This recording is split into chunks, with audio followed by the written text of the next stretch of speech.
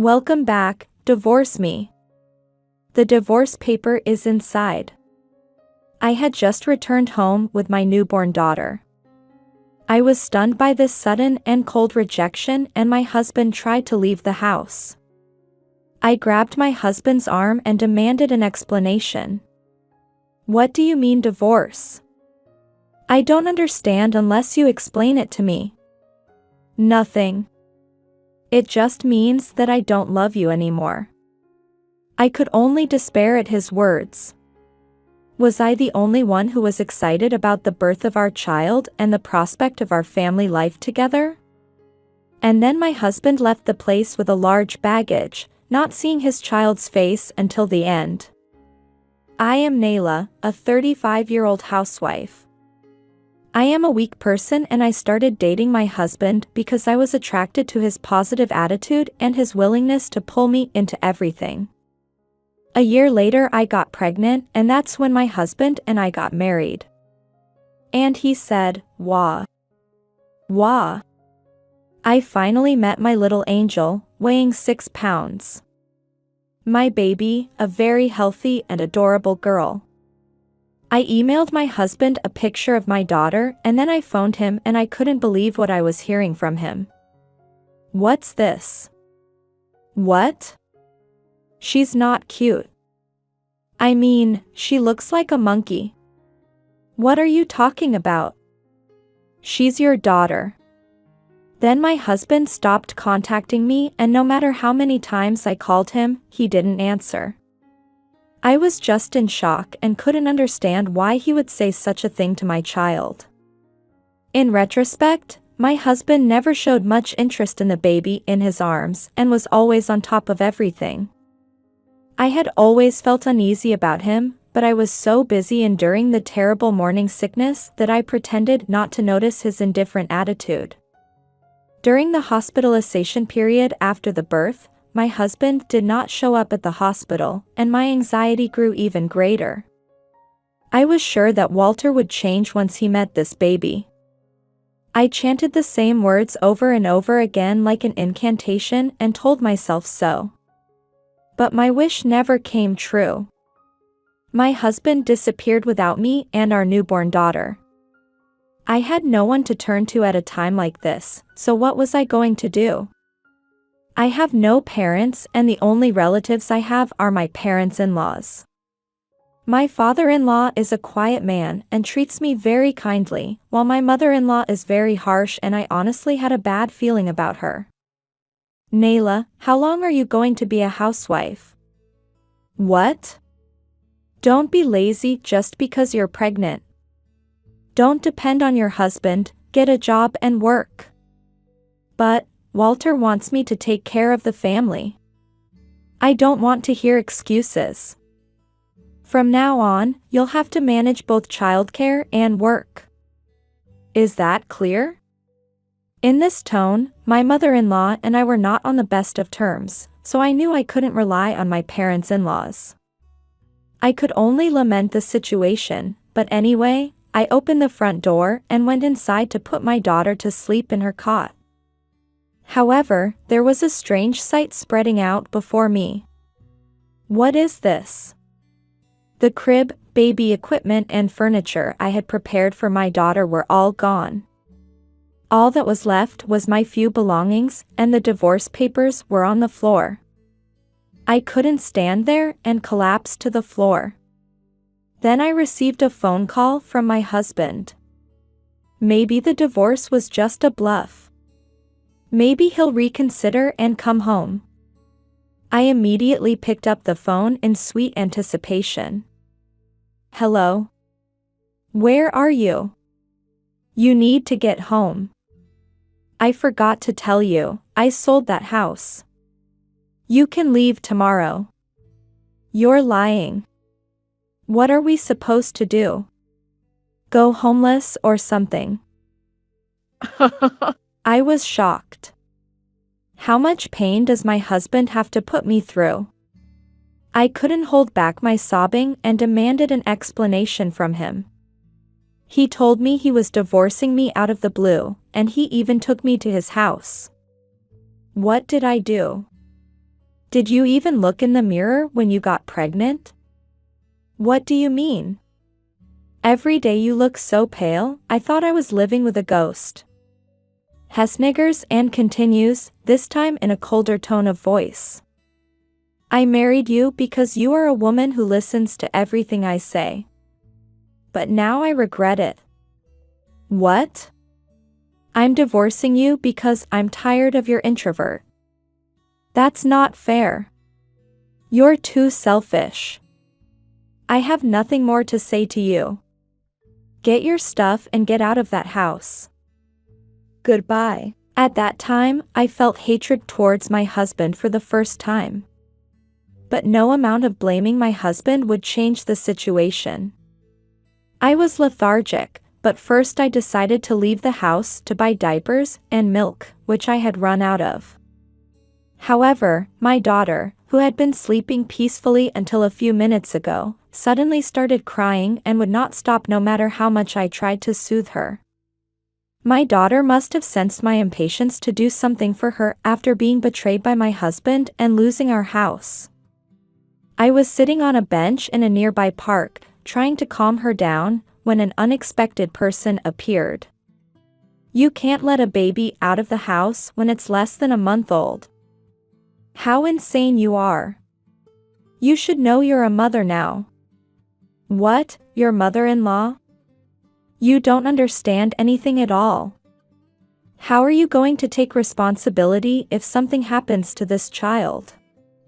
Apparently, she knew the day I was to be discharged from hospital and came to my house to ask for us.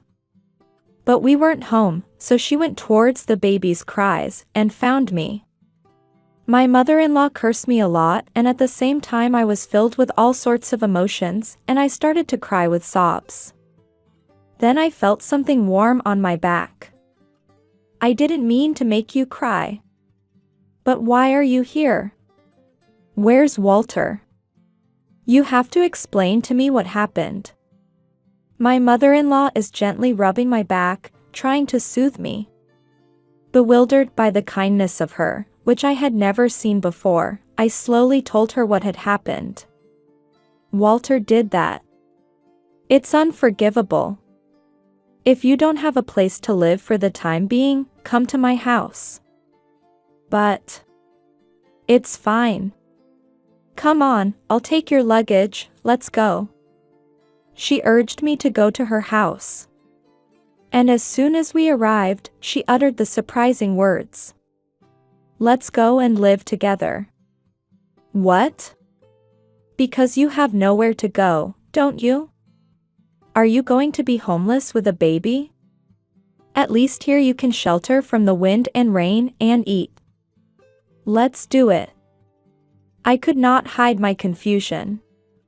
I was a different person from the one who used to treat me badly, giving me a bad word of everything. When I was at a loss for words, my mother-in-law smiled apologetically. I've been cold to you, haven't I? I'm really sorry. No.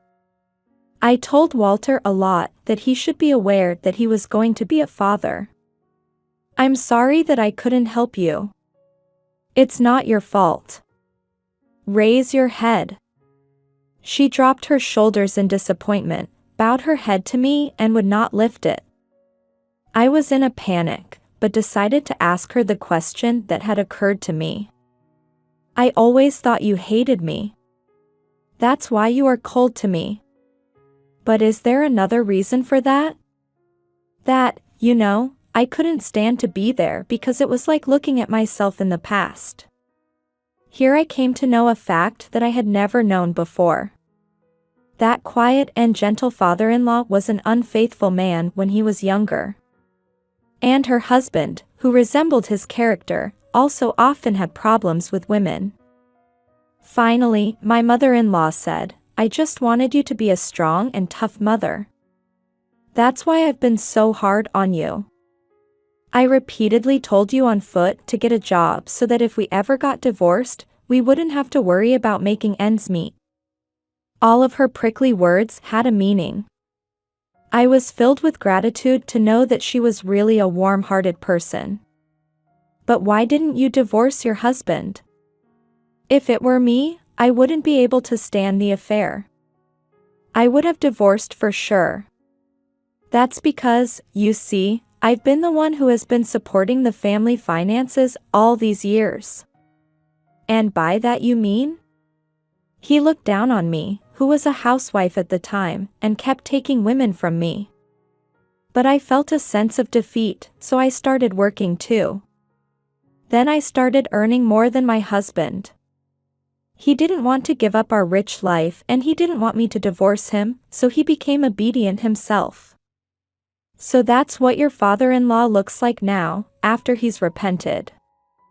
That's what I mean. And I thought this was the most appropriate sanction for him, rather than a simple divorce. While I was having this conversation with her, before I knew it, my cheeks had loosened. However, her expression instantly turned serious. By the way, about Walter suddenly saying he's getting a divorce. Could it be that he's having an affair and is doing it to be with someone else? Have you ever felt anything strange about his behavior? Honestly, I have no idea. But I can't just go on like this and do nothing and get a divorce. I took out the divorce papers I had just brought from home from my bag. Wait, this is. My mother-in-law and I looked at each other when we saw the form. Then we decided to make a plan with a certain determination. The next day, my mother-in-law called her husband to carry out her plan. Nayla told me you divorced her. Has she already told my mother? What are you talking about? I feel great. It's a good thing you divorced her. Next time, marry a younger, better-looking woman. I know, right? I don't want to see her bitter face again either. She's probably living under a bridge somewhere by now. What a pathetic person. My husband seems completely convinced that my mother-in-law hates me. I was so angry with my husband, who was so excited that he didn't even know I was listening to his conversation. But there is hell to come for my husband. Actually, there's someone I'd like to introduce you to. Oh, you've already found someone to marry next? Well, yes. I'm going to wrap up $1 million in a month's time, and I'm going to give you the whole amount as a gift. Really? Of course. In return, I'm going to give you plenty of money to celebrate with, so make sure you introduce me to your partner. Until then, don't be too hasty in getting married. Okay? Okay. Then I'll take the other person to my parents' house in a month's time. Take care of the congratulatory money for me. She is a great actor. My husband fell right into our plan, and my mother-in-law and I looked at each other and smiled. And I decided to prepare under the radar for the day to come. A month later, unaware of the trap he had fallen into, my husband arrived at my parents-in-law's house in high spirits, accompanied by a young woman. I opened the front door as firmly as I could and greeted them with a welcome. What? Why are you here? He was so surprised that he almost fell over, and the woman looked like she didn't know what was going on. My mother-in-law joined them and, overwhelmed by the pressure of the words, "Come in," the two entered the living room. Oh, Mother, what's this all about? Well, Nayla, shall we begin? I confronted her with several photographs of the two of them going into the hotel and a report containing a record of his activities over the past month. I'm claiming alimony from you. With this much evidence, you can't get away with it. You've got to be ready. Wait a minute. How did you gather all this evidence? Your mother-in-law paid for the detective's research. She said it's best to leave these things to the professionals. Mother. Why are you helping this guy? Am I wrong? Who would take the side of such an insane man who abandoned his wife and children to marry the next woman? And what about the $1 million? It was a lie to keep us from getting a marriage certificate for a month. You cheated me. He was furious, and the woman sitting next to him must have had a twisted expression on her face, thinking it wasn't supposed to be like this. I thought I had finally sanctioned them, but then he said these unbelievable words. We're divorced now. There's no way you can claim alimony now, saying I'm cheating on you. Walter is right. I will never pay alimony. Their words left me in awe. The statute of limitations for claiming alimony is within 3 years of learning of the affair. I decided to tell the husband and the woman, who were confidently sniggering without knowing such common sense, a fact. You know what, we are still married. Huh? We haven't served you with the divorce papers you left me. Don't be ridiculous. Why don't you just get on with it? I couldn't accept that you had given me a divorce without any explanation. Above all, do you realize that the day you left me a terrible souvenir? As my husband and the woman looked at each other in confusion, I presented them with a form. This is your marriage certificate, isn't it? I thought I'd lost it, so why do you have it? They were stacked under the divorce papers. You're really careless to leave something like this behind. Yes, the form I had confronted her with was their marriage certificate, which had already been filled out. That day I found it, my mother-in-law and I found out that my husband was going to marry the woman he had cheated on me with. So we decided to gather evidence instead of daring to divorce her husband immediately to prove that he was cheating on her despite their ongoing marital relationship. I will never forgive you for abandoning my family. And you too, Rosetta. I will make sure you pay alimony. As soon as I declared this, my husband's face grew paler and paler. The woman, however, somehow had a look of triumph on her face. Nah. I'm glad you're divorcing me. What? Because Walter is rich. He'll pay you alimony as much as you want. Hearing the woman's words, I finally understood my husband's discomfort. My husband is not a well-paid man. And yet, when he turned up for the first time in a month, he was dressed in brand-name clothes.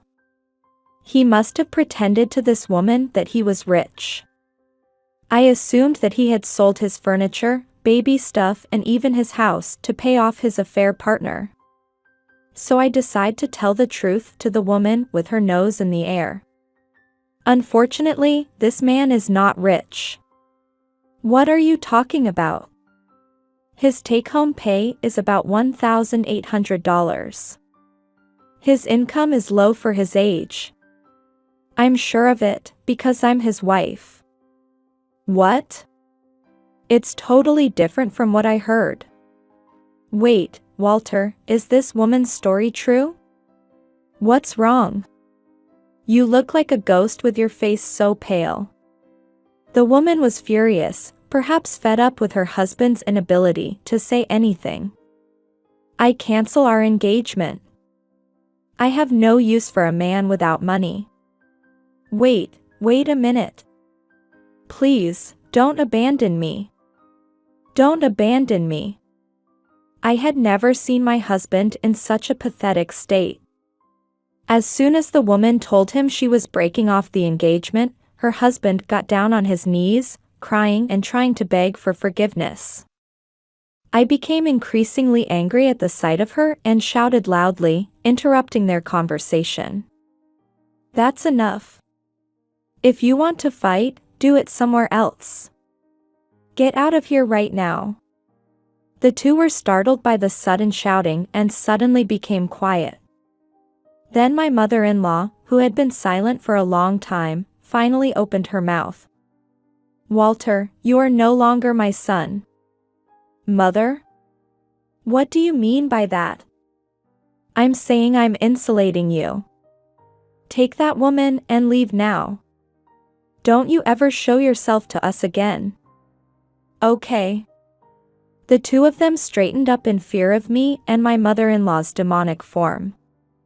I confronted them with a written pledge I had prepared in advance, and alimony for each of them. I also made my husband promise to pay child support, and they left the house as if they were running away. I filed the divorce papers that day and put an end to my married life with my husband. Later, my ex-husband broke up with the woman, as expected. Moreover, he had even turned to black money to pretend to be rich. He was fired from his job after collection calls were even made to his company, and he had to work a day job to pay $20,000 in alimony and $30,000 a month in child support. Naturally, he also claimed $15,000 in alimony from his cheating partner, and I heard that the woman lost herself to the nightlife to pay it. On the other hand, I have a very good relationship with my mother-in-law, whom I used to have a hard time with. After my divorce and the loss of my relatives, my mother-in-law suggested that I should move in with her, and I decided to take advantage of her kindness. I have also started working and feel that I have gradually changed in the days when I struggle to balance work and childcare. It is probably because she has become a mother and has someone to protect. And it is probably because I am watching my mother-in-law's back from close by. I would like to continue to live a peaceful life with my beloved daughter and my parents-in-law, whom I will cherish for the rest of my life.